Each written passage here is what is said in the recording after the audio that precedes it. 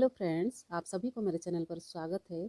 आज की इस वीडियो की टॉपिक में क्रिसैंथेमम पौधे पर फूल खिल के सूखने के बाद किस तरह से देखभाल करें, जो कि आने वाला सीजन के लिए इन पौधों को सेव कर सकते हैं। उसके अलावा फूल पूरी तरह से सूखने से पहले, पौधों को हार्ड प्रूनिंग करने से पहले इन पौधे पर किस तरीके से कलर वैरायटी की फूल खिला हुआ था, जो कि आने वाला साल के लिए हमें इन पौधों को अलग अलग करने के लिए आसान हो, उसके लिए क्या करना चाहिए आज की इस वीडियो में आप लोग के साथ में शेयर करूंगी। वैसे क्रिसैंथेमम जैसे पौधों को एक बार जब नर्सरी से खरीद के लाते हैं, बार बार इन पौधों को खरीद के लाने की ज़रूरत नहीं पड़ती है। पहले से जो पुरानी पौधा होता है, पुरानी पौधों को ही अगर सेव करके रखते हैं, आने वाला सीजन के लिए काफ़ी सारे पौधा बना सकते हैं।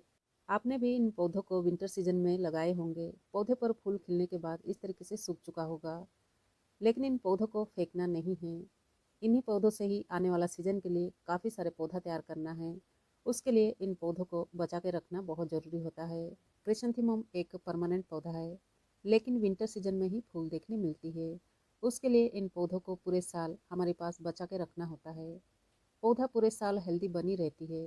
जो पौधा आपके पास पहले से होती है, पुरानी पौधों को जब भी बचा लेते हैं, समय से पहले इन पौधों को ग्रो करके देखभाल करते हैं, विंटर से पहले ये सब काम अगर कर लेते हैं, तो विंटर में पौधे पर बहुत ज़्यादा फूल खिलते हैं, क्योंकि पौधों को ग्रोथ होने के लिए समय मिल जाती है। जिस साल जिन पौधों को नर्सरी से लाते हैं, नर्सरी से लाए हुए पौधा बहुत ज़्यादा बुशी नहीं होता है, बहुत कम फूल खिलता है। उसके बाद धीरे धीरे पौधे पर जितना फूल खिला हुआ होता है, उसके बाद इस तरीके से सूखने लगती है। लेकिन उसी पौधों को ही आने वाला सीजन के लिए सेव करना होता है। पौधे पर जब भी फूल सूखने लगती है, काफ़ी सारे बीमारी के भी अटैक हो जाती है। यहाँ पे देख सकते हैं, पौधे के अंदर काफ़ी सारे पेस्ट के अटैक हो चुका है। पौधे की टिप्स या कि सूखे हुए फूलों के अंदर पत्तियों में काफ़ी सारे ऐसे पेस्ट की अटैक हो जाती है। इसलिए इन पौधों को इस समय में हार्ड प्रूनिंग करना बहुत ज़्यादा ज़रूरी होता है, क्योंकि हमारे पास गार्डन में और भी पौधे होते हैं। एक पौधे से दूसरे पौधे में बहुत ज़्यादा फैल जाती है, क्योंकि मौसम में जैसे ही परिवर्तन होती है, ये बीमारी पौधे पे बहुत जल्दी अटैक करती है। जैसे कि सबसे ज़्यादा माइट्स या फिर इस तरह से वाइट फ्लाई देखने मिलती है, क्योंकि पौधे पर जब भी ये एक बार अटैक करती है, बाकी पौधे में भी बहुत जल्दी फैल जाती है।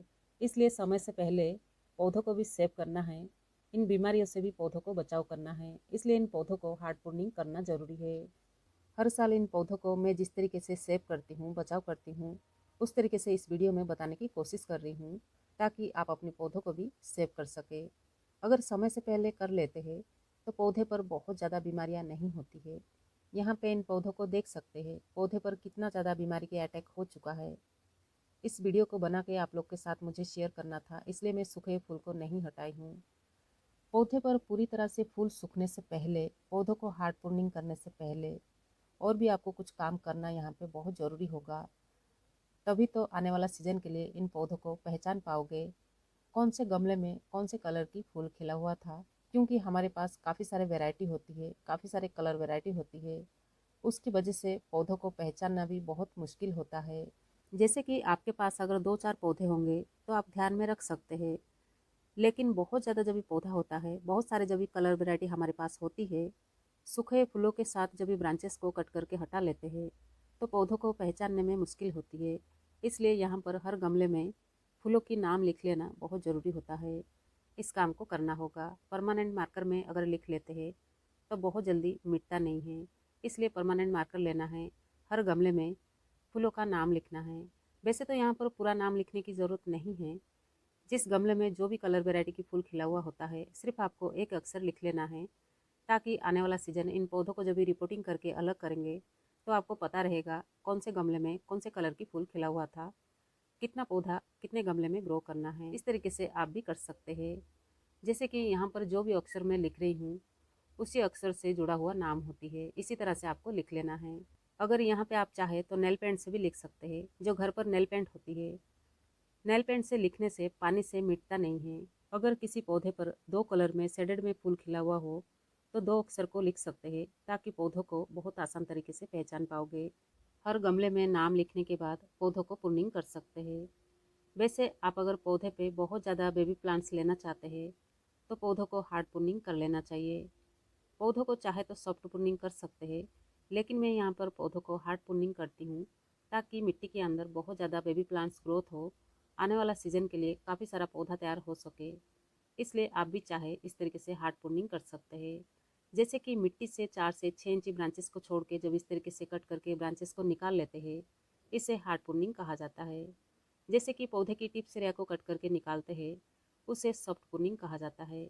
यहाँ पर मैं इन पौधों को हार्ड प्रूनिंग करके ब्रांचेस को निकाल रही हूँ। वैसे तो पौधे पे जैसे से फूल सूखना शुरुआत हो जाती है, मिट्टी के अंदर काफ़ी सारे इस तरीके से संकर ब्रांच ग्रोथ होती है, जो कि वो पौधों को भी आप चाहे तो अलग करके निकाल सकते हैं, या फिर सही समय आने पर पौधों को निकाल के रिपोर्टिंग कर सकते हैं। इन पौधों को इस तरह से प्रूनिंग करने के बाद मैं किसी प्रकार की इन पौधों को खाद फर्टिलाइज़र नहीं करती हूँ। इन पौधों को ऐसी जगह में रखती हूँ जहाँ पर सुबह की 4 से 5 घंटे की धूप आती हो। सिर्फ पौधों को जिंदा रखने के लिए रोजाना इन पौधों को पानी देती हूँ।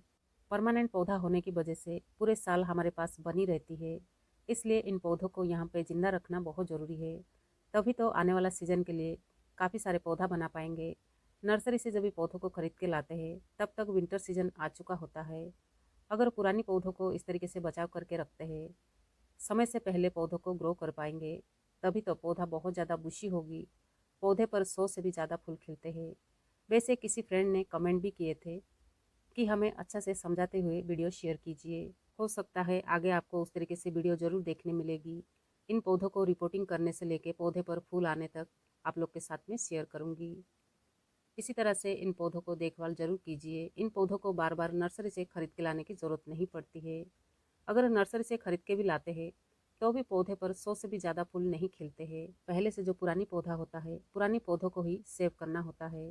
ब्रांचेस को इस तरीके से निकालने के बाद इन ब्रांचेस को बाहर नहीं फेंकना चाहिए। बहुत आसान तरीके से इसे डिकम्पोज कर सकते हैं। किचन कंपोस्ट में भी डाल सकते हैं। जैसे कि 1 से 2 दिन के लिए धूप में अच्छा से सुखा लेना है, ताकि इन ब्रांचेस के अंदर जो भी कीड़े मकोड़े होंगे वो मर जाएंगे। उसके बाद इसे डिकम्पोज कर सकते हैं। इन ब्रांचेस को ग्रो बैग्स में डाल सकते हैं, मिट्टी से कवर कर सकते हैं, या फिर किचन कंपोस्ट में बारीक करके डाल सकते हैं।